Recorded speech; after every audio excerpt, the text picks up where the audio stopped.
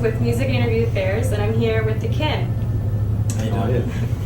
Okay, so you started out in Australia, right? We did. So how did you come across finding out that you guys work so well together musically?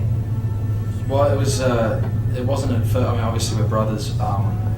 At first we were doing our own thing, and we came together in our sort of mid-teenage years. We're 2 years apart because our father was getting remarried, and we didn't have any money, so we thought we'd write like some kind of wedding song for him. We didn't know where it'd go. I thought chocolates, and then you said no. Let's write a song.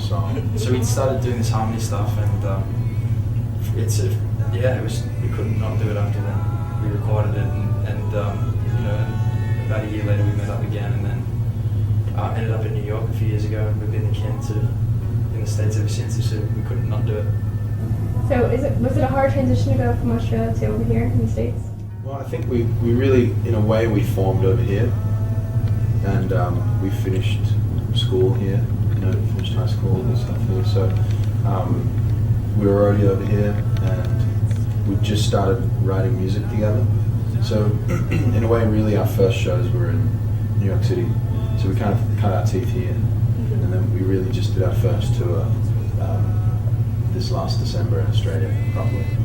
And how was that? It was amazing. It was we played in some music festivals, and there's not many cities. Australia only has 25 million people, so 1/10 the population in the same size space. So there really is just little pockets of, there's really only 5 main cities to play, and so we played two of the main cities, and then we went to a music festival. It went over well. We weren't sure how they were going to take the music, but we were happily surprised. And on your YouTube, I see the Volkswagen. Well, it's a little toy that I got a couple of years back. It's a '77 yellow Volkswagen. Like one of the old Scooby-Doo buses with the beds in it. Called Daisy. A kitchen. We did some touring. It took us a few times of getting towed.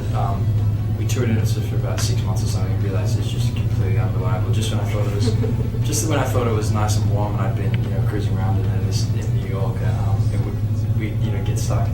And probably the most classic time was coming to Philly for a show, and we thought we might die. It was so cold. It was there's no heating. It was the middle of winter, and it was February. It was this time, and it had been really warm out, but that day it was not warm, and we had no backup plan, and we pretty much somehow made it to the show after stalling a bunch of times, and then the next day we had to tow it.